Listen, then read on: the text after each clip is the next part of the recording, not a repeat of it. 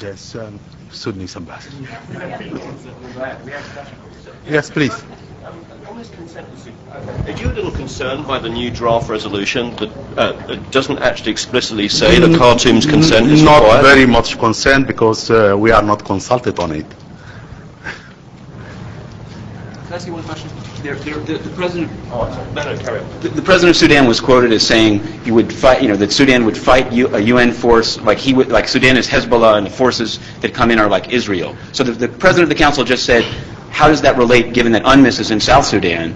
Could you explain the discrepancy? Well, I don't want to comment on what the president of the council said, but the crux of the issue is that what the president says represents reiteration of the position of the government of Sudan on the issue of the transition. For the Sudan, it seems to us that now, for many actors, the issue of sending UN troops to Darfur is becoming intrinsically an objective, an intrinsic objective in itself, regardless of the role or the purpose for what we are going to send these troops. Now, people are saying, the drafters are saying, we want to send the troops to help the Sudanese people.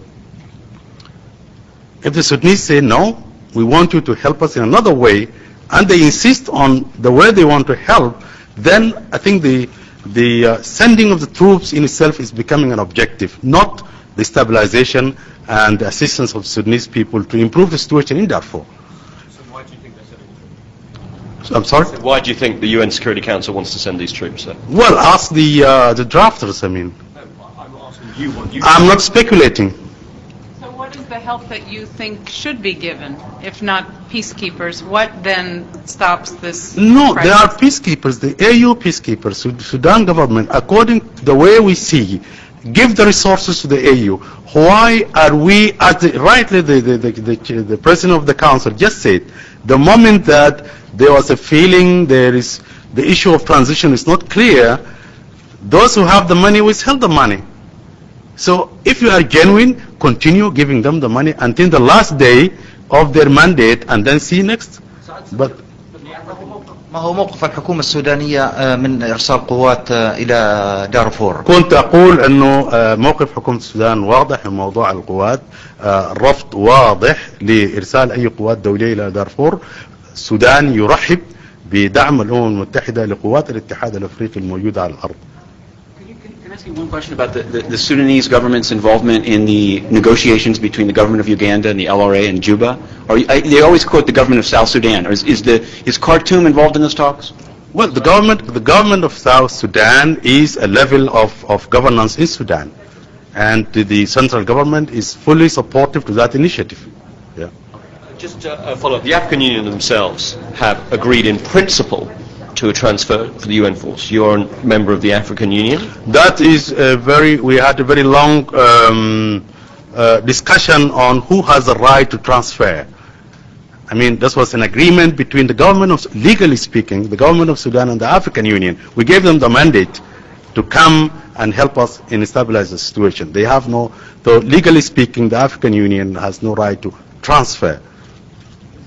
What will happen if UN troops are deployed without the consent of Sudan?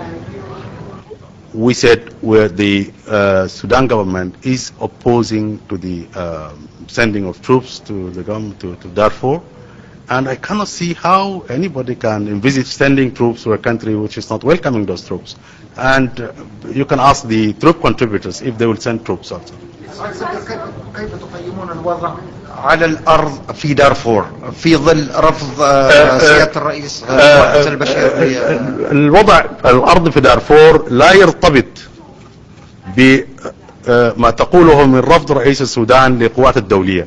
الوضع يرتبط بتقاعس المجتمع الدولي في إرسال رسالة واضحة بدعمه القوي لعملية السلام التي تم التوقيع عليه، وإرسال الرسائل الواضحة للذين يسعون إلى ترويج أو تقويض تنفيذ ذلك الاتفاق. Mr. Ambassador, could you explain, since the United Nations already has a peacekeeping mission in the South, why is there such a strong objection to having a mission in Darfur? I mean, the government, the mission in the south certainly hasn't really hasn't infringed on the sovereignty of Sudan. No, not at all, not at all, and they are doing a good job. But the African Union was doing a good job.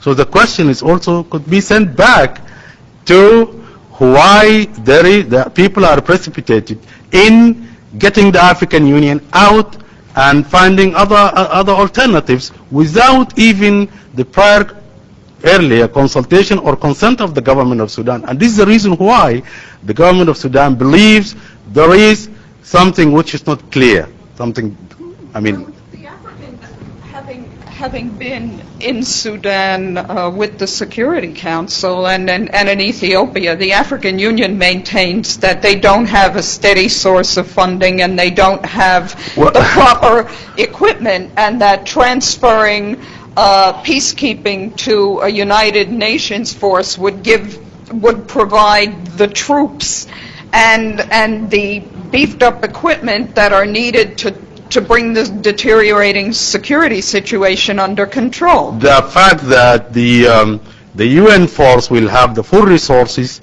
and that if there is a transition, the African Union will have more than the needed resources, is also a reason for the government of Sudan to rethink twice the motives behind the moves. Thank you. Thank you. Thank you.